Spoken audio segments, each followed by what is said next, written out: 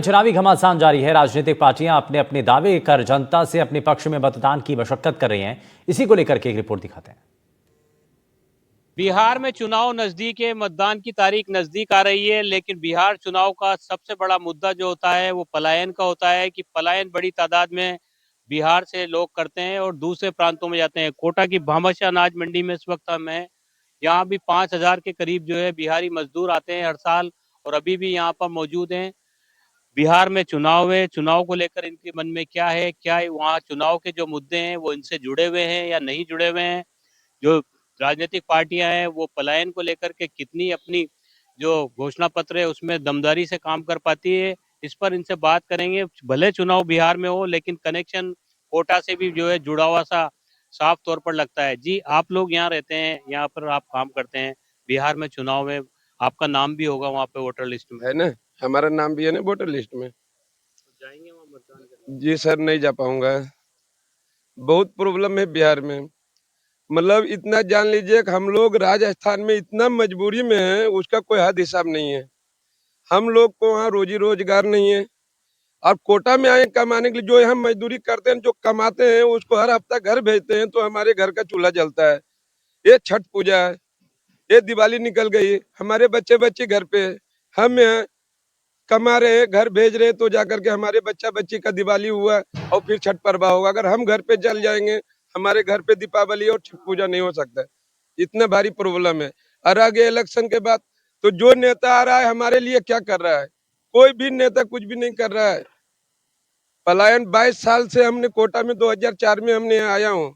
2004 से आज तक भामाशाह मंडी के अंदर यहाँ भी ये प्रॉब्लम है। जो राजस्थान का जो प्रॉपर निवासी है वो ये भामाशाह मंडी में हर चीज उनके लिए संभव है, लेकिन हमारे लिए हमारे लाइसेंस होने के बावजूद भी हमें यहाँ का कोई भी लाभ नहीं मिलता है। सर, पहली बार तो कोई प्लान की बात हुआ है, तो इस बार जो जो भी नया पार्टी आया, चाहे कोई भी पार्टी हो, इस बार जो प्लान का जो मुद्दा हो गया, या 30 साल से लगातार बिहारी कहीं 27 राज्य में, बिहार छोड़ के 27 राज्य में भटक रहा है, यानी कि हरियाणा, पंजाब, दिल्ली, महाराष्ट्र, मुंबई, अब बस वही प्लान का शिकार हो रहा है। इस बार कोई आया प्लान के बाद प्लान रोकने की बात बोल रहा है, तो हम लोग जो प्लान रोकेगा उसका हम लोग सपोर्ट करेंगे।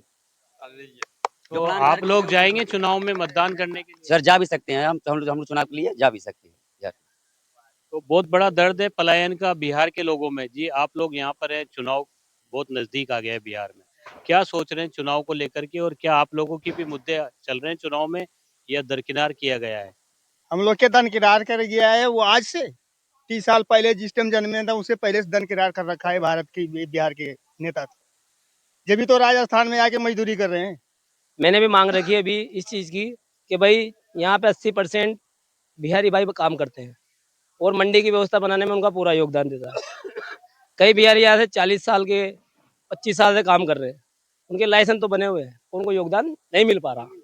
तो हम सरकार से निवेदन करते हैं कि इस मंडी की व्यवस्था बनाने में सबका बराबर योगदान है, तो सबको यहाँ पे बराबर सहयोग दिया जाए। भले ही बिहार में चुनाव नजदीक है लेकिन बिहार के जो मजदूर हैं जो दूसरे राज्यों में पलायन करके आए हैं, राजस्थान में है, कोटा में है, वो नाउम्मीद है अभी भी, क्योंकि जिस तरह से पिछले कई सालों से पलायन जैसी समस्या से अब तक छुटकारा नहीं मिल पाया है, तो ऐसे में चुनाव को लेकर के कोई उत्साह इनमें नजर नहीं आ रहा है।